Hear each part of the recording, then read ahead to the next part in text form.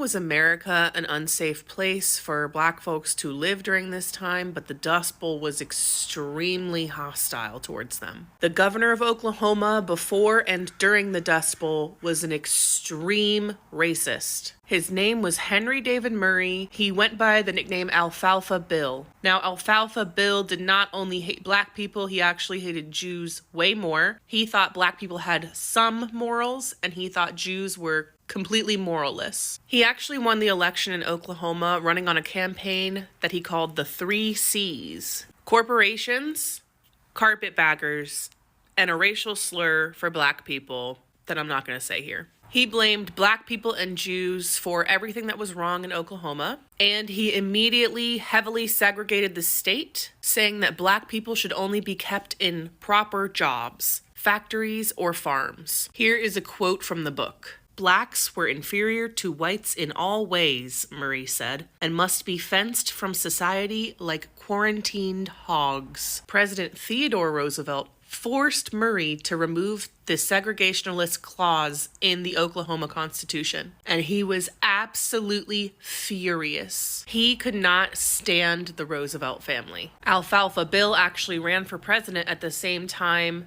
Theodore Roosevelt's fifth cousin, Franklin Delano Roosevelt, ran for president, and Alfalfa Bill said that the Roosevelts were secret Jews who were hiding their ancestry. He completely crashed out over the Roosevelt family. He was so furious when FDR won that he literally changed parties forever, permanently. Now, something really common at this time was to train hop, so to jump on a train, travel city to city, and try to find work. If you were caught doing this by a police officer, the punishment was 4 months hard labor in a chain gang.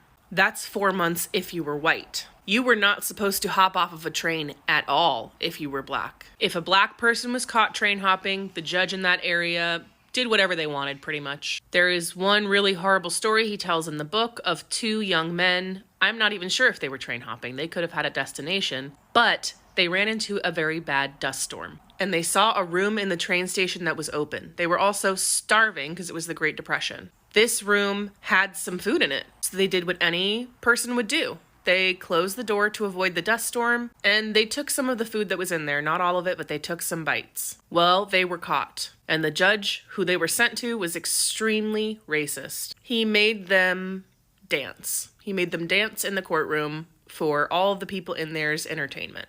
And for months and months and months, these men were locked in a cell for the crime of avoiding a dust storm and eating a piece of bread. I don't even know what it was. In The Worst Hard Time, Timothy heavily features a town in Texas called Dalhart. And there was a sign on the edge of town in Dalhart that said, "Black man, don't let the sun go down on you here." So these were sundown towns. These were extremely unsafe places for black people to be. Now, in a prior video, you heard me say that the unemployment rate was 25%. That, again, should have had an asterisk by me. It was 25% if you were white. If you were black, the unemployment rate was 50%, sometimes 60%. If you went to a job site in the 30s during the Depression, there were often notes posted up that said, quote, "No jobs for N-words until every white man has a job."